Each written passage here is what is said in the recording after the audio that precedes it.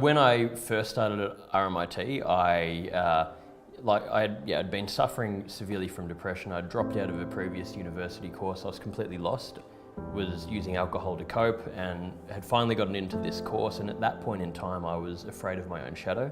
I was really struggling with knowing who I was, with knowing what I wanted to do in life. I was worrying about not just the future, but every single day, how I was going to just get through that day. And I felt like I was alone. I felt like I had something wrong with me. I didn't know how to get through it, and I felt a lot of shame about it. And at this point in time, I hadn't really started speaking out about what I was going through. A lot of the time, they see this facade that you put on, and while that's happening, your mind can just be in turmoil. And I've had that happen so many times. And when I was at university, that was the case for a huge chunk of the time. When I started at RMIT, my worst fear in the world was speaking in front of people.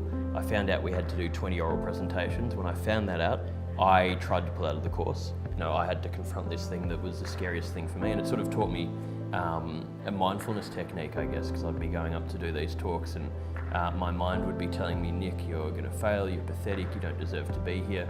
What's wrong with you? How come you struggle with all of these things and no one else does?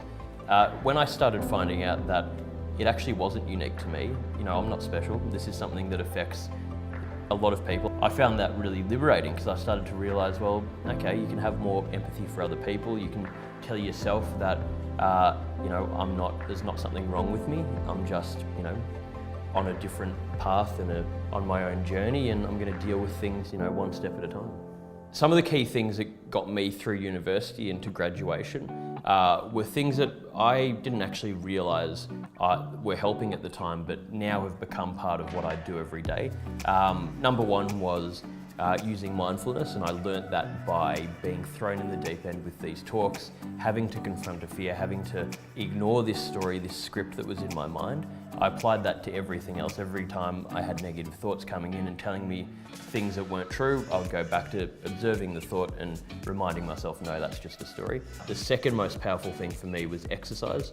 I used to be a professional athlete and I train every day, and I just learnt through difficult times that whenever I am having a bad day, if I go for a run, go to the gym, whatever it is, I'll just feel so much better. It'll open up my mind, take me out of the situation.